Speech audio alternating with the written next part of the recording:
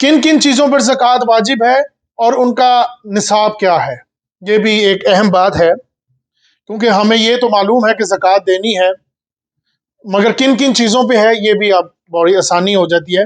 वैसे तो एक लंबी हदीस है, उसमें तकरीबन 80% मसला ज़कात से मुतल्लिक हल हो जाता है।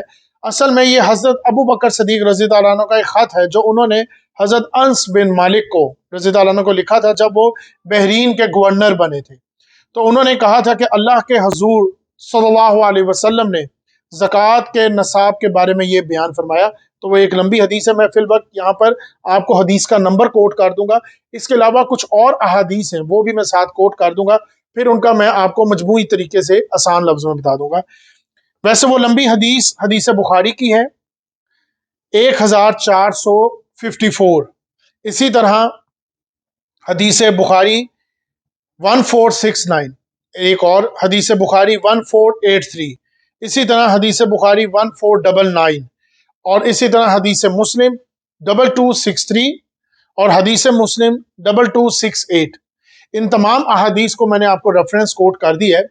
बाकी आप अहादीस पढ़ना चाहें तो ये काफ़ी लंबी है, मगर फिर भी मैंने उसका मजमूई तौर पर आपको बता देता हूँ।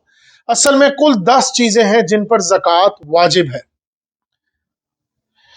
सबसे पहले, मगर उसका नसब भी मैं साथ साथ आपको बयान कर दूंगा, आसानी हो जाती है। जैसे कि नंबर 1, सोना।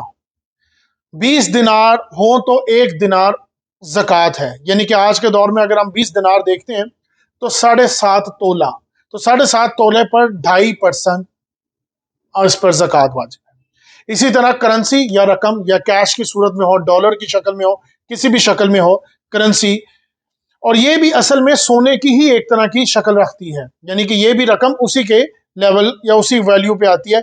तो इसी को भी उसी के बराबर रखा जाए। 7.5 तोले सोने की जो रकम बनती है, अगर उस रकम से ज्यादा आपके पास कैश की सूरत में, माल की सूरत में, माल से मुराद यानी कि कैश करेंसी की सूरत में है, तो उस पर भी 2.5% है। तीसरी चीज है चांदी। 200 दिरहम पर 5 दिरहम, जैसे कि आज के मुताबिक अगर हम उसको देखते हैं तो मुफस्सिरीन बताते हैं 52.5 तोला, उसके ऊपर ज़कात वाजिब है। अगर आपके पास 52.5 से ऊपर है तो उसके ऊपर ये ज़कात वाजिब हो जाएगी 2.5%। तिजारती माल, चौथी चीज, किसी भी शक्ल का माल हो, जैसे कपड़ा है, दवाई है, कारोबारी माल है, किसी भी शक्ल में हो, जिसको हम इन्वेंट्री भी बोलते हैं, अगर वो आपके पास मौजूद है उस पर भी ज़कात वाजिब है। इसी तरह पांचवी चीज, और ये भी चीज उसी रकम के बराबर ही आती है जैसे कि मैंने आपको कहा सोने के। इसी तरह जमीन की पैदावार, जो भी निकलता है जमीन से, पहले इसकी नस्ब को समझ लें। 5 वसक, तो 1 वसक 60 साह के बराबर है, और 1 साह 4 मुद के बराबर। 1 मुद आज के दौर के मुताबिक 600 ग्राम के बराबर है। तो इस हिसाब से अगर हम लगाएं तो 5 वसक यानी कि 720 किलो के मुताबिक अगर आपके पास कोई माल है, यानी कि जमीन की कोई पैदावार, चाहे वो अनाज की सूरत में या किसी भी शक्ल में हो, कनक हो, चावल हो, 720 किलोग्राम से ऊपर का अगर आपके पास माल है तो उस पर यह 2.5% लागू होती है। जैसे कि ये बात एक और भी इसमें मैं ऐड कर दूं, क्योंकि गल्ले पर सबसे ज्यादा ज़कात वाजिब होती है। उसकी वजह क्या है कि जैसे जमीन को काश्तकार ने काश्तकारी के लिए इस्तेमाल किया, अब बारिश का पानी या नहर का पानी उसको लगता है, तो इसके अंदर किसान का या बंदे का अपना कोई अमल दरामद यानी कि रकम से मुतालिक उसका कोई खर्चा नहीं होता, तब उसके ऊपर 10% आएगी। यानी कि 720 केजी के ऊपर अगर उसके ऊपर कोई खर्चा नहीं हुआ, मगर आज के दौर में खर्चा हो रहा है, जैसे ट्यूबवेल लगा हुआ है, बिजली का बिल भी आना है, खाद डलनी है, उसका भी खर्चा होना है, तो उस हिसाब से देखें तो उस पर 5% ज़कात है। यानी कि 720 किलो से अगर ज्यादा है, 21 किलो है, तो अगर आपका उस जमीन पर खर्चा आया है तो फिर 5%, और अगर आपका खर्चा नहीं आया तो उसके ऊपर फिर 10% है। छठी चीज है शहद। 10 मशकीज़ों पर 1 मशकीज़ा ज़कात है।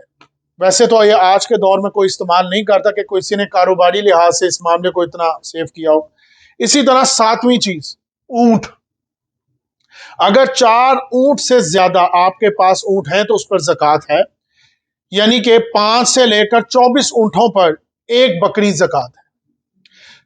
इसी तरह 25 ऊंटों से 35 ऊंटों तक के ऊपर ज़कात 1 साल की ऊंटनी है।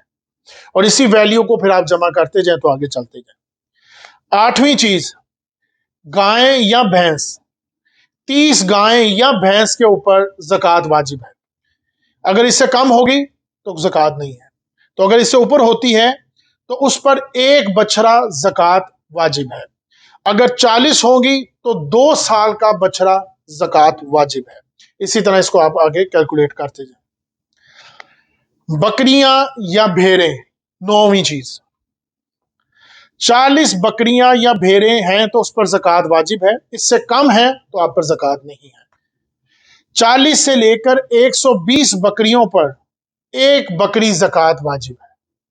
121 से लेकर 200 बकरियों पर 2 बकरियां ज़कात वाजिब है। फिर इसी कैलकुलेशन से आप आगे चले।